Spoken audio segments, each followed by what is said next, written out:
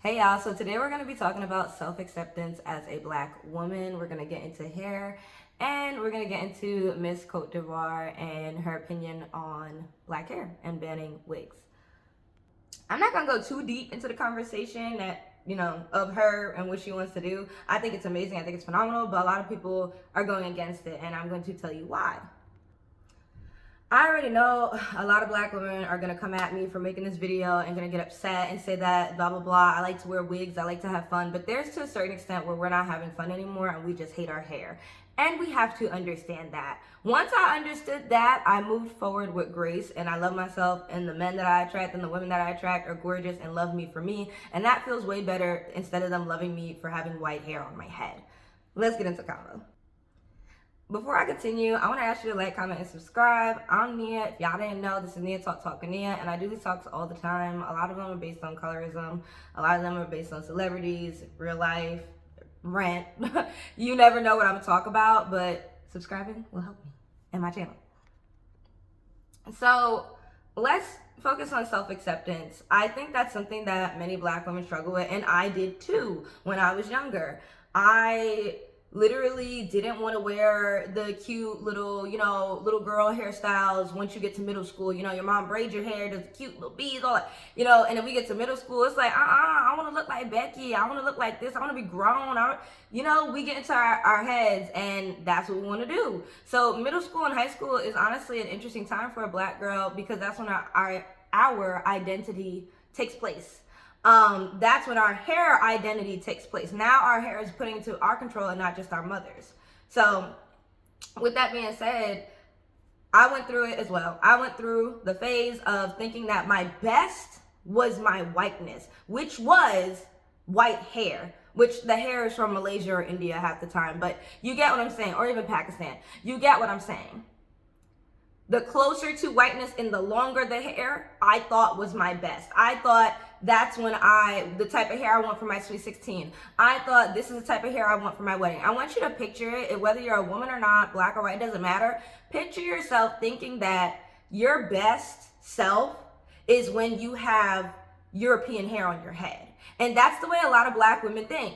Now, there's a lot of YouTubers that I follow and I like, and they wear European hair. Do I dislike them? No, but I do think the conversation of them not liking their hair should be talked about. Now, they're going to be like, I just want to protect my hair. This is blackness. This is style. At some point, we do have to talk about the self-hatred that we as black women have for our hair. At some point, we have to come to the recognition of it and that it's not our fault. It's not. It has to do with slavery and colonialism. It's not our fault. Like, I don't know if I have to do a history lesson about how colonialism and capitalism works, but if you didn't know, a group of white people decided to go to Africa and tell Africans, what you have is not great, it's ugly, what I have is better. And instead of just, we're going to sell them stuff and manipulate them, not only did they do that, they also stole us and made us slaves and still had sales going through our country. So just imagine that. Somebody telling you what's on your head, that's not cute. Our religion is better. You need to be cleaner. You need to be closer to God. And that's another thing when it comes to Christianity and religion. The straighter the hair, the closer to God. That's already a false narrative to begin with. That's not even our God. But let's not get too much into history. I think it's just it just baffles me because, it's an African beauty pageant. Why not have the standard of 4C or any type of C African hair be the standard of beauty? Why am I looking at a pageant that is based off of the country of Africa and I see pin straight Malaysian, Brazilian bust down hair? Why do we think that is our best? When you are doing a beauty pageant, you're bringing your best. When you have your wedding, you're bringing even thinking about that, you're bringing your best. I think about that all the time. I used to think about how I would want to wear my hair, but now I know I'm going to wear my natural hair for my wedding, point blank, period. Point blank, period. I'll figure out the veil thing or whatever, but that's going to be a moment in my life that's going to be big to me, and I'm going to choose to wear my natural hair. And I know that's damn well an amazing statement. And not many women can do that. Not many black women can do that. And it's not our fault. It's not your fault. I'm not trying to sit here and blame people. But I think the conversation of why black women choose to not wear their hair needs to be said. I'm tired of hearing, oh, taking care of my hair is too much. That's what white people told you, so that they can make money off of products to sell to you to correct your hair. When you start to love yourself, you will realize it's not your fault, and you will begin your natural hair journey. Natural hair journey isn't something it's not an easy journey. I fortunately had 2 scenarios that motivated me to wear my natural hair. And I know y'all gonna be so surprised about what I'm about to say. 1, white people.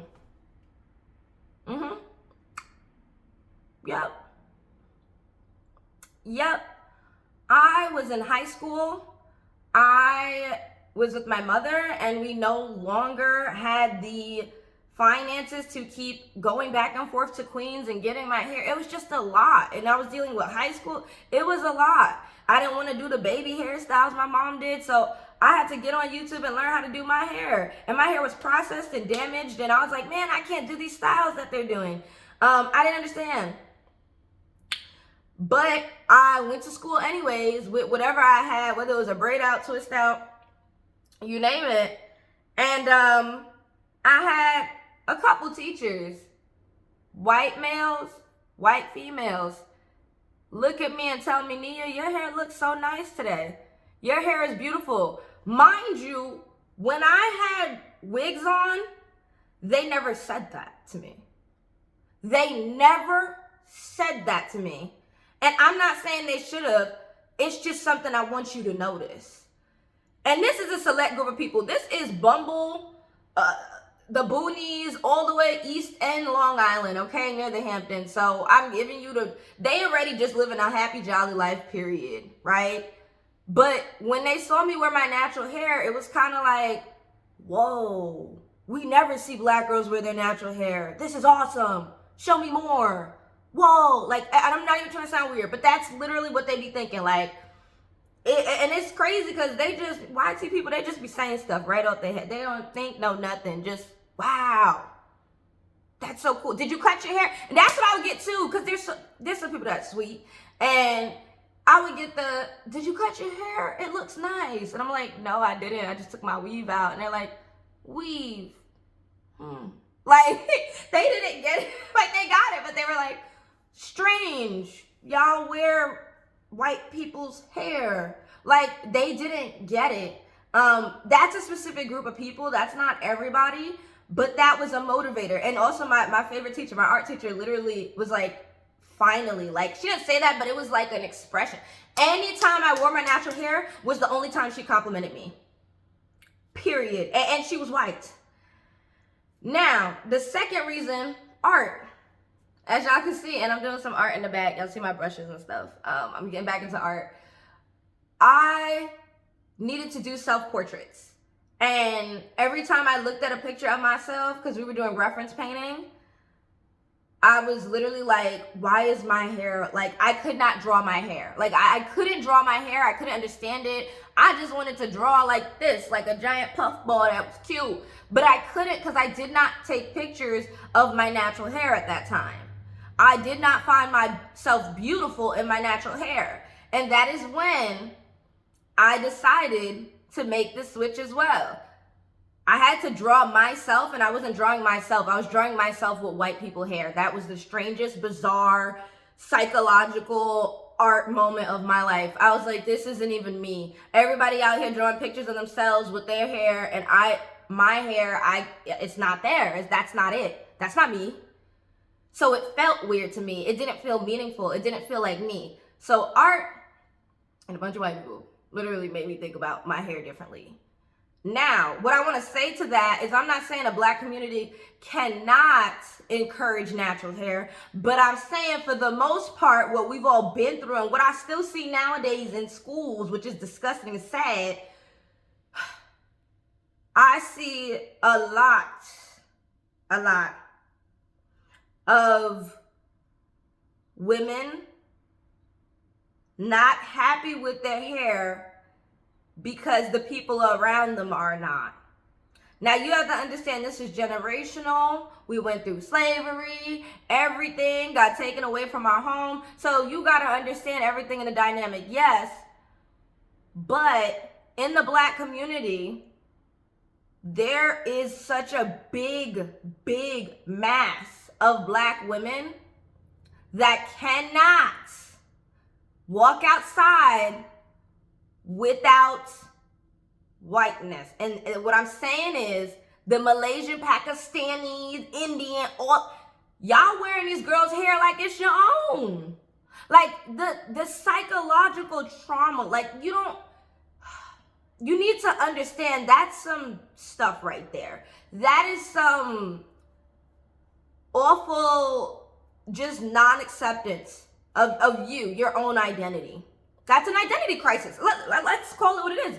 You not wearing your natural hair is an identity crisis. And I'm excluding braids. I'm excluding locks. I'm excluding anything that is relating to Africanness and Caribbeanness. We can exclude that. That is still accepting your Blackness. But when it comes to a weave and a wig,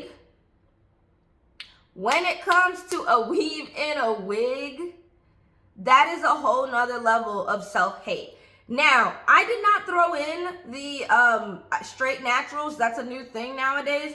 I'm not throwing that in. I'll put that in another video because I need to understand that. I just don't get it. But either way, if you find that the best you, the prettiest version of you is when you have hair on your head that's not yours, you need to go do some research and look in the mirror at the same time. You need to do some thinking, because the fact of the matter is that anybody is in uproar about an African beauty contest telling you they want to see your African beauty, your Blackness. The psychological warfare, I can't even explain. That's insane. I know I'm going to get a lot of girls in the comments saying, it's a part of Black culture. We Black. We can wear wigs. We created this. Like, I don't give a fuck. Like, I really don't care. I don't care. Pick up a book. Pick up a book and love yourself. Shut up.